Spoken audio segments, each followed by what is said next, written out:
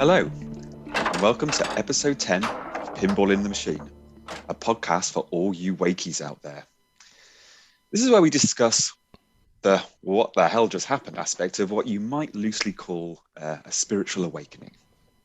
So if you can't quite put your finger on what's going on, but something definitely is, then why don't you come on in and have a listen? You might find you're not alone. Each week, my dear friend Greg and I discuss our experiences and thoughts, as well as diving into feedback from all you lovely listeners. So strap in and let's begin. I'm Tom, and I'm here with Greg. Greg, how are you? Hi, Tom. Well, it's been a week. The upgrade was amazing, which I guess we'll be going into. And the subsequent downloads have blown me away. It's given Guides Not Gurus, those behind the Pinball podcast, an ethos, well, at least a way to describe something that must be felt. So there's a huge shift going on. Ooh. And this links to our last podcast where we spoke about dimensions and stuff. And here's the basis as I see it. In Gnostic religion, or in Gnosticism, some 2,000 years ago and more, there were myriad versions of Gnosticism, so it's not exact, but they knew the big secret, and they developed a language around it. And then the mystery schools of those times were where people went to learn about the secret, the big one, and they were only a chosen. This was only for the chosen few. And I got to thinking, well, how did they choose them, right? And they were chosen through their vibration. They were chosen through their open-mindedness, their willingness to learn, seeking higher truths, their intellectual ability, and their ethics. So I thought, well, what about us lot? If we possess the above attributes, why not us? And I thought, well, you know what? Why not indeed? We're the voices in the wilderness, and now is our time. So that's the way it's been. Wow, amazing. So, well, by definition, all the wakies out there are probably in the same camp. Yep. You need to come on in. Well, okay. So last week we talked about, and you mentioned it earlier, we talked about upgrades, or the earthquakes, as you put it. So why don't we start there? Do you want to describe to me, Greg, what a typical upgrade day is like for you, or just tell me about it in general? Okay, I think I'll start with a little bit of history. Maybe we're at a pivotal point in evolution, and this has been predicted for 26,000 years by virtually every religion ever, that we are at the time of the Great Schism. I've been talking about what I call the end game for a few years now, but not many people have taken notice of it. But to me, it's like the rending of human consciousness, which is the split between fear and love. So we're doing the work, and what I'm currently experiencing is a shift in the timelines. So we're coming to the point where we're either going to go to the love or the fear. And as we align ourselves with one of those paths, which are timelines, if you will, the energy corresponds with our decision, our intention. And there's that word from the last podcast, intention. It's vitally important. So intention in Gnosticism refers to our creative source. So it's a form of divine intention which works through us to the extent that we allow it to do so. And there's that word again, allow. That's also vitally important. So as we set our intention and allow, then the universe aligns with that vibe. And if you remember from the last one, we were talking about Tesla. And if you want to know the secrets of the universe, think in terms of energy, frequency, and vibration. Well, it's really that simple, but it's not so easy. So to me, the upgrade feels like my inner circuits are being electrically charged and nothing is working quite as it should. There's no focus. But normal service will be resumed, blah, blah. So what I do is, if possible, I'll go back to bed and I'll hit a really deep sleep very quickly, and that helps my system process. So on last Sunday, when I had not yesterday, a week ago, I had the big one, and I went to bed 3 times during the day. But the next day I was absolutely fired up. And that's the secret right there, but it's hidden. And we're going to get to how you do Yeah. all this. But I believe this is the importance of study as opposed to the soundbite culture. You know, the upgrades, if that's what we want to call them, and if that's what they are not comfortable to me. But the big one a week ago came on in the early hours, and it felt big. So I said, bring it on. So, remember to follow me for more great tips. But anyway, it really rocked me.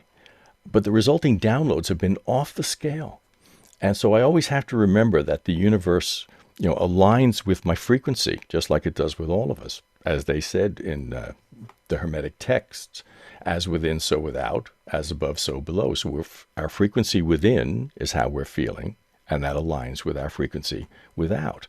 So if you think about it like going to the gym, mind you, I'd rather do the upgrade, but you go to the gym to develop your muscle. Well, this is the same thing. When we journey, Yeah. we do the same thing.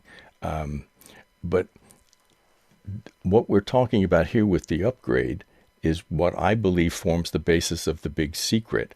But we'll be getting to the nuts and bolts of that as we go. I wanted to just kind of set the Yeah, no, stage. nice. I like the way that you described the feeling of it as well. And I'm sure lots of people listening will be able to imagine a day they've had where they just didn't feel like everything was normal, or everything just felt slightly out of place. They're often quite sort of existential days. Like for myself personally, I think I probably used to have them, they might have sort of been tinged with a little bit of depression and sadness, because I thought, oh, maybe this is what depression feels like, but it's not. My belief is that you're doing the work, you're building like new neuro pathways in your brain, essentially. Yep. And as you say, that takes physical effort. And you've got to kind of sometimes go into a little bit of a standby mode to let the engineers come in and start that process. But my God, once they've finished and rebooted you come back online 2.0, and you have now had an upgrade, and you now look at things slightly differently. You will process information, and it depends on just how many pathways get built at one point. And it's not a one-off, is it? This is a constant rebuilding exercise. Yeah, and they never give you more than you're ready for. It aligns with your vibe, and so it's perfect. So if life is going down the pan, well, that's your vibe. And no one would know that I was having one of those days, because as you say, it only gives me enough to let me carry on functioning, because I've got kids, and I need to sort of be there and present, and I'm able to function all day long. But I know what's happening. Wow. I know what's happening. Everybody knows I'm having one. I'm a drama queen. I stop random strangers. Look, I'm having an upgrade. And they go, amazing. Okay, well, actually, off the back of that, let's go on to timelines then, because we said we were gonna talk about that last week. So there was a small bit last week on altering or jumping timelines that I've been thinking about this week. But go on, give me what you've got on that. Okay. Well, this is actually part of what I'm getting. So I'm just going to give it to you, really, I think. On the last podcast, we spoke about dimensions and how to start shifting them. So what you find is when we alter how we look at things, the things we look at alter, as within, so without. It's basic stuff. We do it all the time. And the question is, how do we apply it? So dimensions determine and are determined by our relationship to anything.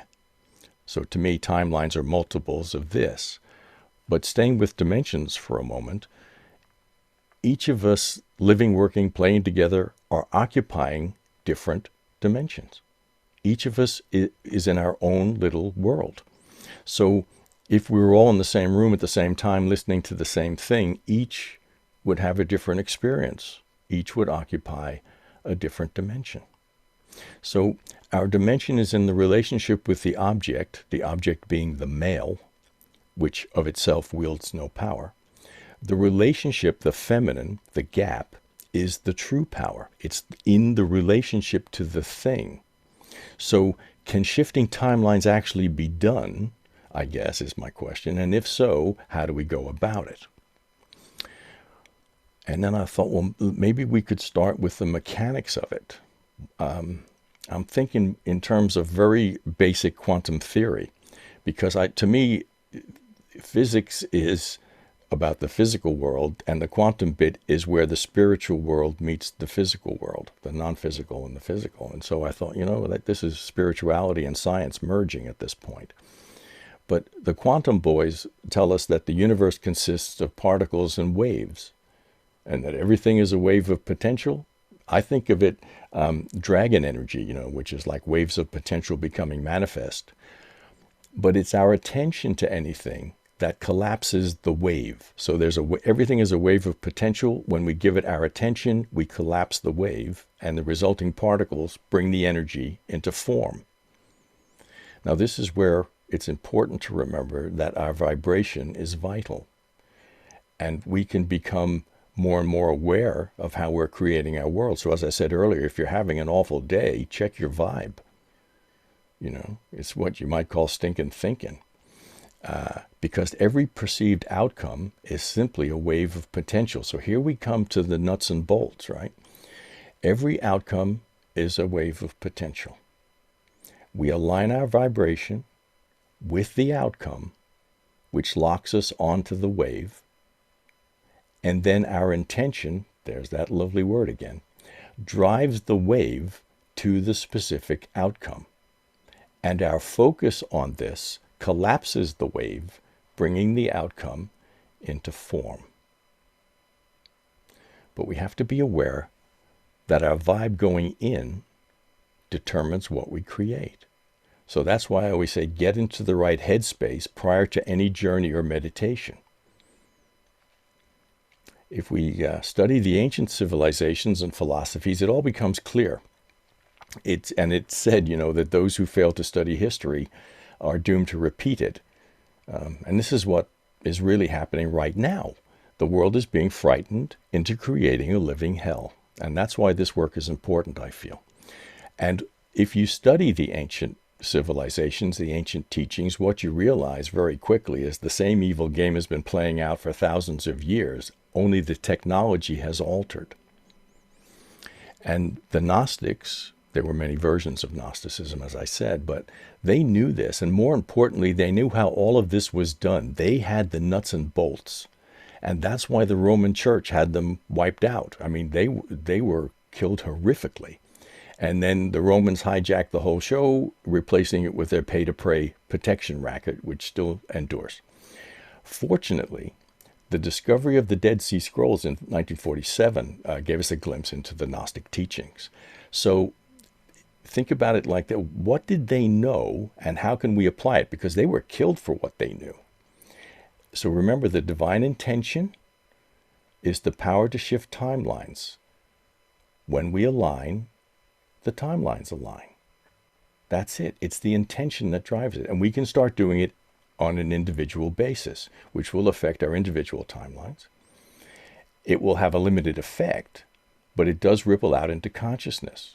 Now, when that ripple becomes a wave, you get a huge shift. So you see how it works. You start individually, and as we build together with the same intention, which may be to work to mankind's highest purpose or whatever that may be, we create a huge wave, and there's a huge shift, and it's already happening. As we align with the frequency, well, we'll get further into this, but I can't wait, No, Sean. no, I'm you really don't. I mean, excited. it's so funny you met what you talked about there because that's exactly what I had written down. I had a little story from my past from when I was about 13 years old. I was befriended by a teacher who was part of an old family up in Scotland who were claimed to be descendants of one of these particular groups. And he put me onto exactly the same thing. So at 13 years old, I was there thinking about what was discovered in Jerusalem. I think I even wrote like my history GCSE coursework on it. I don't know how that managed to Wow. pass because I wasn't exactly on syllabus.